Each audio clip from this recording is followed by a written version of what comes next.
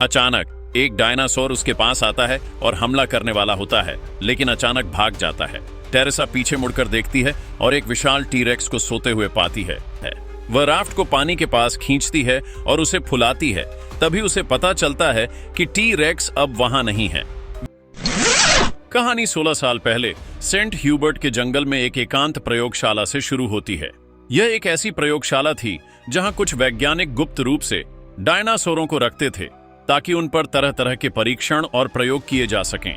तभी हमें एक वैज्ञानिक से मिलवाया जाता है जो जल्दबाजी में प्रयोगशाला में घुसने की कोशिश करता है, लेकिन वह पहले अपनी चॉकलेट बार खत्म करता है और फिर मूर्खतापूर्वक उसका रैपर फर्श पर गिरा देता है। अनजाने में यह रैपर प्रयोगशाला में पहुंच जाता है और फिर पास की एक वेंट में चला जाता है। इस छोटी सी घटना से सिस्टम में गंभीर खराबी आती है, जिसके कारण डायनासोरों को कैद रखने वाले सभी दरवाजे खुल जाते हैं और सभी की जान बचाने के लिए एक गंभीर दौड़ शुरू हो जाती है। दुर्भाग्यवश भागते समय एक वैज्ञानिक अंदर बंद हो जाता है। जब बाकी वैज्ञानिक अपने सहकर्मी को बचाने के लिए दरवाजा खोलने की कोशिश करते हैं तो उन्हें पता चलता है कि अब बहुत देर हो चुकी है। डायनासोर वहां पहुंचकर उस वैज्ञानिक पर हमला करता है, जिससे उसकी मौत हो जाती है। अब वर्तमान समय में हमें पता चलता है कि डायनासोरों के लौटने के 30 साल हो चुके हैं, लेकिन आधुनिक जलवायु और बीमारियों ने अपना असर दिखाया है और लोगों की रुचि कम हो गई है। हालांकि ज्यादातर जीवित प्रजातियां अब केवल भूमध्य रेखा के आसपास के उष्णकटिबंधीय क्षेत्र में ही पनप रही हैं। वहां इंसानों का जाना अब स्पष्ट रूप से निषिद्ध है। एक ट्रैफिक में मार्टिन नाम का एक व्यक्ति एक डायनासोर की मूर्ति के अनावरण को देखता है। जैसे ही वह अपनी गाड़ी में वापस जाता है, उसे हैरानी होती है कि उसकी कार में जोरा बैठी है। दोनों बात करते हैं और जोरा को पता चलता है कि मार्टिन एक प्रसिद्ध फार्मास्यूटिकल कंपनी का सीईओ है। मार्टिन जोरा को अपनी योजना बताता है कि उसकी कंपनी एक खास जरूरत के लिए दवा बना रही है। वह कहता है कि उसे जल्द ही जोरा की सेवाओं की जरूरत होगी और वह साथ काम करना चाहेगा। यह सब सुनने के बाद जोरा तुरंत चली जाती है, क्योंकि उसे पता है कि इस योजना में निषिद्ध क्षेत्र में प्रवेश करना शामिल है। मार्टिन तुरंत जोरा को $10 मिलियन की पेशकश करता है, बशर्ते वह शोध में उसकी मदद करे। वह यह भी बताता है कि वह किसी और को भी लाएगा। जोखिमों को जानने के बावजूद जोरा को यह शोध थोड़ा दिलचस्प लगता है। इसके बाद दोनों एक पास के संग्रहालय में जाते हैं, जो बंद होने की स्थिति में है, क्योंकि अब लोग डायनासोरों के बारे में कम रुचि रखते हैं। डॉक्टर हेनरी उन्हें हर डायनासोर के बारे में बताते हैं और उनके महत्व को समझाते हैं। उनका मानना है कि उनसे नमूने लेना दिल की बीमारी को हमेशा के लिए ठीक करने की कुंजी हो सकता है। हालांकि डॉक्टर हेनरी ने डायनासोरों की लगभग हर प्रजाति के बारे में जानने और उनमें रुचि रखने के बावजूद उन्होंने कभी किसी डायनासोर को प्रत्यक्ष रूप से नहीं देखा था। मार्टिन उन्हें बताता है कि क्या वह एक डायनासोर को व्यक्तिगत रूप से देखना चाहेंगे ताकि वह अपने शोध के लिए नमूना ले सकें। लेकिन डॉक्टर हेनरी थोड़ा डरते हैं, क्योंकि वह जानते हैं कि यह एक निषिद्ध स्थान है। बहुत सोचने के बाद वह उनके साथ इस साहसिक यात्रा पर जाने के लिए सहमत हो जाते हैं। जब वे वहां पहुंचते हैं, उनकी मुलाकात जोरा के दोस्तों डंकन और एटवाटर से होती है। परिचय और क्षेत्र में बिना पकड़े घुसने की योजना के बाद वे अपनी योजना के अनुसार आगे बढ़ते हैं। डॉक्टर हेनरी बताते हैं कि जीवित डायनासोर भूमध्य रेखा के पास क्यों चले गए, क्योंकि वहां का मौसम उनके लिए गर्म है। नमूने लेने के लिए बिना नुकसान पहुंचाए एटवाटर एक न्यूरोटॉक्सिन का सुझाव देता है, जो जानवर को अस्थायी रूप से लकवा मार देगा, जिससे उन्हें नमूने लेने का मौका मिलेगा बिना डायनासोर को चोट पहुंचाए। डॉक्टर हेनरी फिर चालक दल को नमूने लेने का तरीका सिखाने की जिम्मेदारी लेते हैं। इस बीच रूबेन नाम का एक व्यक्ति अपने परिवार के साथ नौकायन के लिए निकलता है। नाव में उसकी बेटी इसाबेला और उसकी छोटी बहन टेरेसा होती है। टेरेसा अपने बॉयफ्रेंड जेवियर के साथ होती है। जब यह छोटा सा परिवार पानी में समय का आनंद ले रहा होता है, उन्हें एक अजीब प्राणी दिखता है, जिसे इसाबेला पहले डॉल्फिन समझती है, लेकिन दुर्भाग्यवश कुछ बहुत बड़ा उनकी नाव से टकराता है। रूबेन इसे जांचने जाता है और जल्दी से उन्हें बताता है कि यह कुछ बड़ा है। हालांकि वह मानता है कि यह डायनासोर नहीं हो सकता, क्योंकि वे विलुप्त हो चुके हैं। सभी वह बड़ा प्राणी उनकी नाव से टकराता है, जिससे नाव पलट जाती है। दुर्भाग्यवश जेवियर नाव में फंस जाता है, क्योंकि दरवाजा अटक जाता है। रूबेन जेवियर को निर्देश देता है कि क्या करना है, क्योंकि वह रेडियो लेना चाहता है। जेवियर दरवाजे को जोर से लात मारता है और बाहर निकलने में कामयाब हो जाता है। सौभाग्य से वे सभी नाव के ऊपर चढ़ने में सफल हो जाते हैं, लेकिन जेवियर को पीछे से एक मोसासॉरस का पीछा करना पड़ता है। नाव के ऊपर पहुंचने पर सौभाग्य से डायनासोर उन्हें नजरअंदाज कर तैर कर चला जाता है। वापस चालक दल की ओर, जो अभी भी अपने गंतव्य की ओर जा रहे थे, उन्हें रूबेन से एक रेडियो सिग्नल मिलता है जो उनसे बचाव की गुहार लगाता है।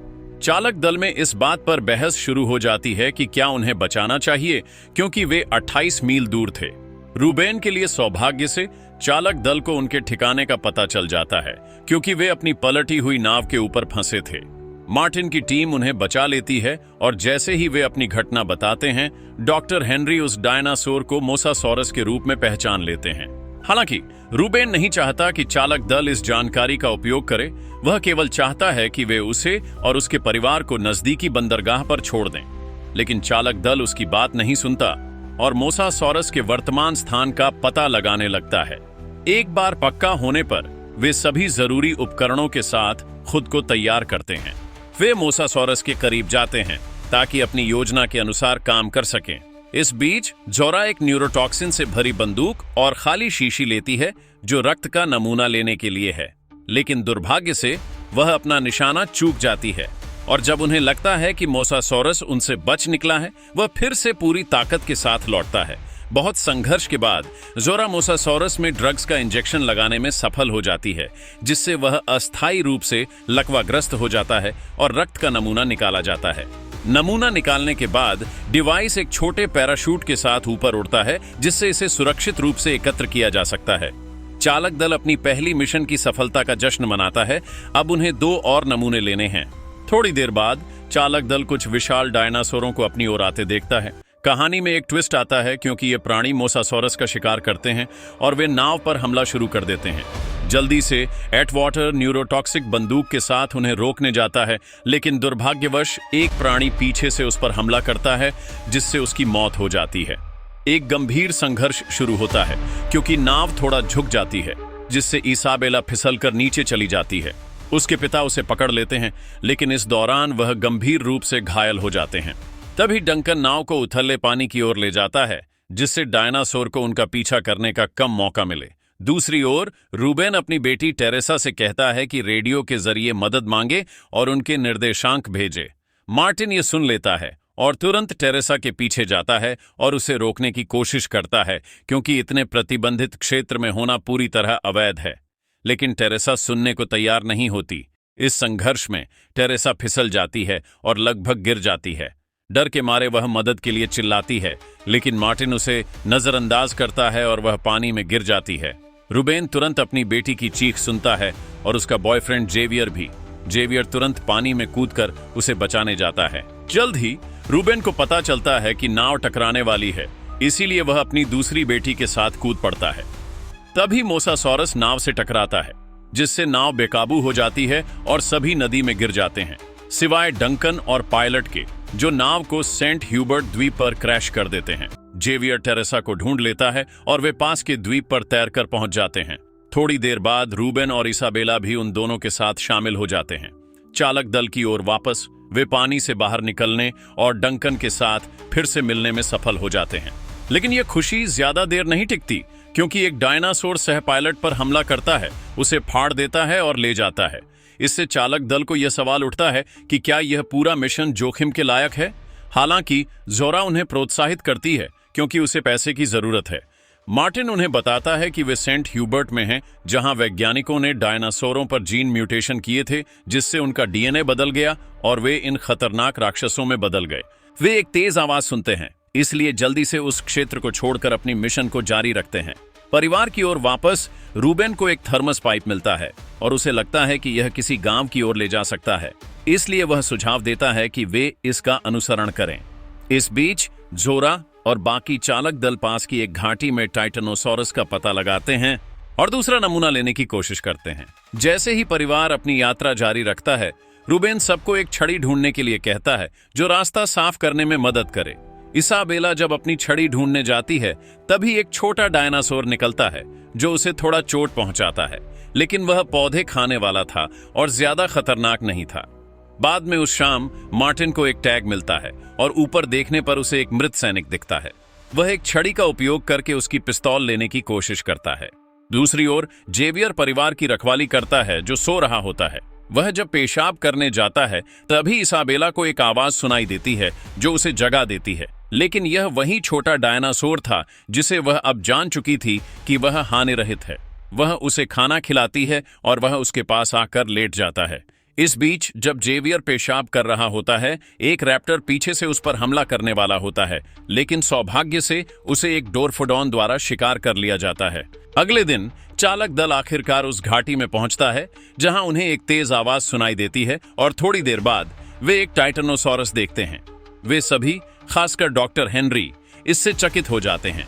वे सही समय पर डार्ट शूट करने की तैयारी करते हैं। चूंकि यह पहले से ही प्रजनन का मौसम था, डॉक्टर हेनरी मौका लेते हैं और करीब जाते हैं, जो उनके लिए एक भावनात्मक क्षण होता है। जोरा सफलतापूर्वक रक्त नमूने के लिए एक शॉट मारती है और वे उसे प्राप्त कर लेते हैं। अब उन्हें केवल एक और नमूना लेना है और उनका काम पूरा हो जाएगा। परिवार गांव की ओर अपनी यात्रा जारी रखता है और इसाबेला को उस छोटे डायनासोर को पालतू के रूप में रखने की अनुमति दी जाती है ताकि वह अपने डर से निपट सके। दुर्भाग्यवश वे सभी एक गड्ढे में गिर जाते हैं और जंगल के दूसरी तरफ पहुंच जाते हैं। छोटा डायनासोर डरकर बैग से भाग जाता है। इसाबेला सोचती है कि वह क्यों डर गया। टेरेसा आसपास देखती है और एक फटे हुए मृत डायनासोर को देखती है। अचानक एक डायनासोर उसके पास आता है और हमला करने वाला होता है, लेकिन अचानक भाग जाता है। टेरेसा पीछे मुड़कर देखती है और एक विशाल टीरेक्स को सोते हुए पाती है। उसका परिवार उसे चुपके से लौटने का इशारा करता है, लेकिन वह पास में एक छोटे से आश्रय में जाती है जहां उसे एक राफ्ट मिलता है। वह राफ्ट को पानी के पास खींचती है और उसे फुलाती है। तभी उसे पता चलता है कि टी-रेक्स अब वहां नहीं है। वे सभी राफ्ट में सवार हो जाते हैं। दुर्भाग्यवश टी-रेक्स उनका पीछा करता है। वे नदी में गहराई तक चप्पू चलाते हैं। कहानी में एक ट्विस्ट आता है क्योंकि टी-रेक्स तैर सकता है और राफ्ट की ओर बढ़ता है, उसे पलट देता है। वह पहले रूबेन पर हमला करता है और लगभग उसे काट लेता है, लेकिन रूबेन बच निकलता है और नदी के एक संकरे हिस्से में दो स्तंभों के बीच पहुंच जाता है, जबकि बाकी लोग उसका अनुसरण करते हैं। दुर्भाग्यवश इसाबेला वहां नहीं पहुंच पाती क्योंकि वह अभी भी राफ्ट के नीचे फंसी है। टी-रेक्स राफ्ट पर हमला करता है, लेकिन सौभाग्य से इसाबेला वहां नहीं थी। वह अपने पिता के पास पहुंच जाती है और टी-रेक्स उसका पीछा करता है। वह सफलतापूर्वक सुरक्षित स्थान पर पहुंच जाती है। इस समय डायनासोर हार मान लेता है और चला जाता है। सौभाग्य से राफ्ट भी उनके पास पहुंच जाता है। चालक दल की ओर वापस वे पहाड़ की चोटी पर पहुंचते हैं, लेकिन उड़ने वाले डायनासोर का नमूना लेना बहुत जोखिम भरा है। इसीलिए वे उसके घोंसले में जाकर अंडों से नमूना लेने का फैसला करते हैं। वे रस्सी का उपयोग करके नीचे उतरते हैं। डॉक्टर हेनरी और जोरा साथ में जाते हैं। वे घोंसले में सफलतापूर्वक पहुंचते हैं और अंडे देखते हैं। जैसे ही डॉक्टर हेनरी सावधानी से डार्ट लगाकर नमूने लेने की कोशिश करते हैं, वह सुझाव देते हैं कि नमूनों को मुफ्त में बांटा जाए ताकि दुनिया की मदद हो, न कि मार्टिन और कुछ लोगों को अमीर बनाने के लिए। जोरा को यह विचार पसंद आता है, लेकिन तभी मादा डायनासोर घोंसले में आ जाती है और डॉक्टर हेनरी पर हमला करती है। बाहर का एक सदस्य डायनासोर का ध्यान भटकाने की कोशिश करता है। डंकन और मार्टिन उनकी रस्सी ऊपर खींचने लगते हैं, जबकि डायनासोर उनका पीछा करता है, लेकिन शीर्ष पर पहुंचने से पहले डायनासोर उन्हें बुरी तरह फाड़ देता है। मार्टिन और डंकन अपनी जान बचाकर भागते हैं, जबकि डॉक्टर हेनरी नमूना लेने की कोशिश में रस्सी टूटने से गिर जाते हैं। सौभाग्य से कुछ पेड़ उन्हें नदी में सुरक्षित गिरने में मदद करते हैं। नमूना भी उनके पास पहुंच जाता है। अब उन्हें तीनों नमूने मिल चुके हैं। वे द्वीप छोड़ने का फैसला करते हैं। परिवार की ओर वापस वे पाइपलाइन का अनुसरण करते हैं, लेकिन दुर्भाग्यवश यह उन्हें गांव में नहीं ले जाती। चालक दल भी उसी सुविधा पर पहुंचता है जहां परिवार था। अचानक जोरा को एक पदचिह्न दिखता है और उसे एहसास होता है कि रूबेन और उसका परिवार वहां रहा होगा। वह उनकी तलाश में जाती है। चालक दल आखिरकार परिवार को ढूंढ लेता है, लेकिन टेरेसा मार्टिन पर गुस्सा होती है क्योंकि उसने उसे मरने के लिए छोड़ दिया था।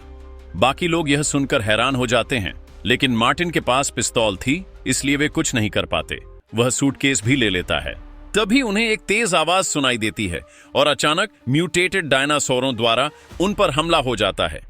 डर के मारे वे सभी सुरंगों में भागते हैं, लेकिन बिछड़ जाते हैं। डॉक्टर हेनरी डंकन के साथ होते हैं। जब उन्हें एहसास होता है कि वे जिस सुविधा में हैं वह वही प्रयोगशाला है जहां यह सब हुआ था। मार्टिन और जोरा एक वाहन के नीचे छिप जाते हैं क्योंकि उन पर हमला होता है। मार्टिन लगातार गोली चलाता है लेकिन सटीक निशाना नहीं लगा पाता। परिवार एक साथ होता है और इसाबेला को उसका छोटा पालतू डायनासोर फिर से मिलता है। अचानक एक बड़ा डायनासोर उसे हमला करने आता है, लेकिन वह एक रेफ्रिजरेटर में छिप जाती है, जबकि उसका पिता ध्यान भटकाता है। थोड़ी देर बाद हेलीकॉप्टर आता है तो डंकन डॉक्टर हेनरी से कहता है कि पायलट को जाने से रोके, जबकि वह बाकियों को सूचित करने जाता है। लेकिन डॉक्टर हेनरी को पास में एक डायनासोर की आवाज सुनाई देती है। मार्टिन और जोरा भी हेलीकॉप्टर देखते हैं, लेकिन मार्टिन ट्रक लेकर भाग जाता है, जिससे जोरा को जंगल में शरण लेनी पड़ती है जब तक डायनासोर चले नहीं जाते। पायलट किसी को नहीं ढूंढ पाते और वापस जाने वाले होते हैं, लेकिन तभी डॉक्टर हेनरी उन्हें देख लेता है। वह जल्दी से फ्लेयर्स का उपयोग करता है और उनका ध्यान आकर्षित करता है। अचानक एक म्यूटेटेड डायनासोर उसका पीछा करता है, हेलीकॉप्टर को पकड़ लेता है और उसे कुचल देता है। वे सभी परिवार के साथ मिलने के लिए सुरंग में जाते हैं, जहां वे पास की नाव तक पहुंचने की योजना बनाते हैं। इस बीच मार्टिन ट्रक चलाकर भागने की कोशिश करता है।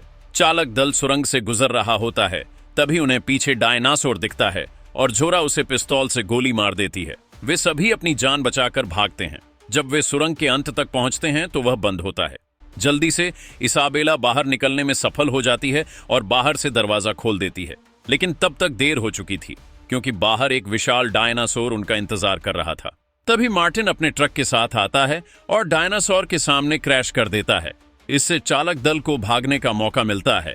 डायनासोर मार्टिन को जिंदा खा जाता है और वह सूटकेस गिरा देता है, जिसे जोरा उठा लेती है और वे निकास की ओर बढ़ते हैं।